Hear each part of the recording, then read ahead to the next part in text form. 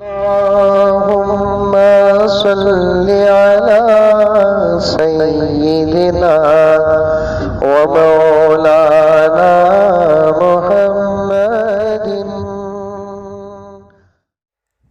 آج جلسہ ہوتا ہے، مٹھی بھر مسلمان نہیں رہتے، افسوس ہے، جلسے ختم کر دیے تم۔ میں آج تک نہیں بولا، آج بول رہا ہوں۔ میں اس لیے نہیں بولتا تھا کہ کہیں میرے اوپر یہ الزام نہ لگائے کہ مزمل کو بلاؤ، خدا کی قسم نہیں، لیکن مسجدوں کے بیانوں کو تم نے ختم کیا،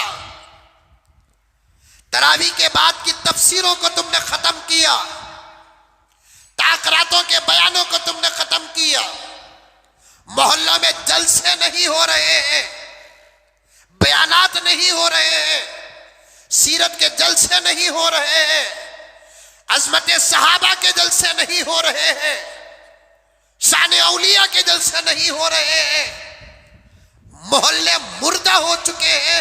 دینی خدمت کے نام پر بچی کچی جو محنت تھی دعوت و تبلیغ کی، وہ بھی چور چور ہو کر رہ گئی۔ امت برباد نہیں ہوگی تو پھر کیا ہوگی؟ اس امت پر دشمن حملے نہیں کریں گے تو اور کیا کریں گے؟ پردے کا، حجاب کا، نقاب کا مسئلہ نہیں اٹھے گا تو اور کیا اٹھے گا؟ بات صحیح ہے کہ غلط ہے؟ کوئی محنت نہیں ہو رہی ہے، کوئی فکر نہیں ہو رہی ہے، سب اپنی دولت، اپنے دستر اور اپنے بستر پر مگن ہے۔ نہیں، اگر جلسے بھی ہوتے ہیں تو بوڑھوں کی تعداد کچھ ہوتی ہے، جوان تو نظر ہی نہیں آتا۔ ایک دور میں نے بنگلور شہر کا دیکھا، قسم اللہ کی سعد بھائی، آج سے 20 سال پہلے جب شہر بنگلور میں حضرت زکریا والا جاہی رحمت اللہ علیہ، حضرت مولانا حنیف افسر عزیزی صاحب، حضرت مولانا انصر شاہ صاحب، حضرت مولانا کلیم اللہ صاحب رحمت اللہ علیہ مجمعین، یہ وہ حضرات تھے جنہوں نے بنگلور کے نوجوانوں کو سنوارا، جلسوں کو گئے، جلسوں سے خطاب کیا، خرافات کو مٹایا، شرک کا خاتمہ کیا، بدعت کے خلاف ڈنکے کی چوٹ میں بات کی، ماحول اور حالات اور اصلاح معاشرہ پر بات کی۔ آج سے 15 سال پہلے کا جو ماحول تھا آج وہ نہیں ہے، آج سے 20 سال پہلے کا جو ماحول تھا آج وہ نہیں ہے۔ اب تو حال یہ ہے کہ کسی محلے میں نوجوان جلسہ بھی کرنا چاہتے ہیں تو مسجد کے ذمہ داران کہتے ہیں کہ اب جلسے ولسے کی ضرورت نہیں، تمہاری بیٹیوں کی شادیاں ہی کرتے رہو، ولیمے ہی کرتے رہو، جمعگی ہی کرتے رہو، بڈے کرتے رہو، تعزیے کرتے رہو، سادہ چہلم کرتے رہو، جلسے نہ کرو۔ حال یہ بنا رکھا ہے۔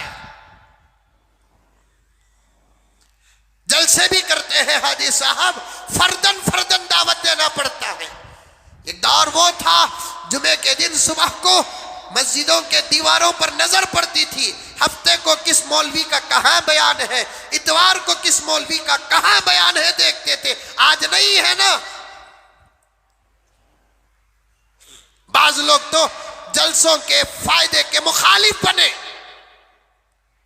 یہ جلسے ولسے سے کچھ نہیں ہوتا صاحب، مجھے صاف کہنے دیجئے،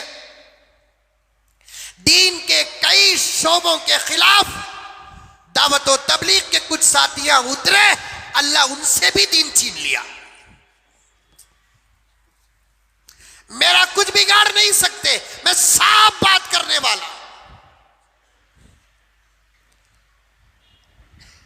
شرابی ساتھ دیتا تھا جلسوں کے، دعوت کا ساتھی ساتھ نہیں دیتا تھا۔ ہم نے دیکھا یہ حال، آج ان سے بھی خدا نے کام کو چھین لیا۔ اب کچھ لوگوں کے ہاتھ میں کام ہے، ایسے معلوم ہوتا ہے کہ شاید یہی وہ جماعت ہے، کچھ لوگوں کے ہاتھ میں کام ہے، ان کو جمع کریں گے تو یہ وہی جماعت ہے جو حضرت امام مہدی کی فوج میں شامل ہونے والی ہے۔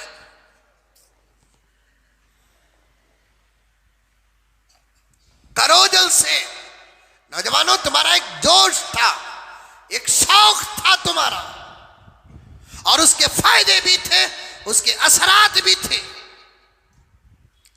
بھی مسجد کو آ کر جمعے کا بیان سنتا نہیں، جلسہ جب ہوتا ہے گاڑی چلاتے چلاتے رک جاتا ہے، تماشا دیکھنے کے نام پر رکتا ہے، ہدایت کے فیصلے آ جاتے ہیں، تو رکا نہیں، اللہ کی ذات کہتی ہے تجھے بدلنے کے لیے میں نے تجھے روکا ہے۔ چلتے چلتے زنا کے خلاف سنا، توبہ کر لیا، چلتے چلتے شراب کے خلاف سنا، توبہ کر لیا، سب ختم کر دیے، شروع کرو اسے۔ ہر چیز کے فائدے ہیں، ہر چیز کا نفع ہے، سب ختم، مسجدیں ویران ہیں، کوئی کام نہیں ہوتا۔ اکابر آتے تھے، اب تو کچھ اولیاء ایسے تھے آج سے 5-10 سال پہلے، جب وہ آتے تھے فجر کے بعد ان کی مجلس میں شب قدر کا مجمع نظر آتا تھا، اب اللہ والوں کی مجلسوں میں بھی جانا چھوڑ دیے، مرید بنے، شیخ آتا ہے، جانا تو دور کی بات، شیخ کے آنے کی خبر تک نہیں ہو رہی ہے، مرید کی غفلت کا یہ حال ہے۔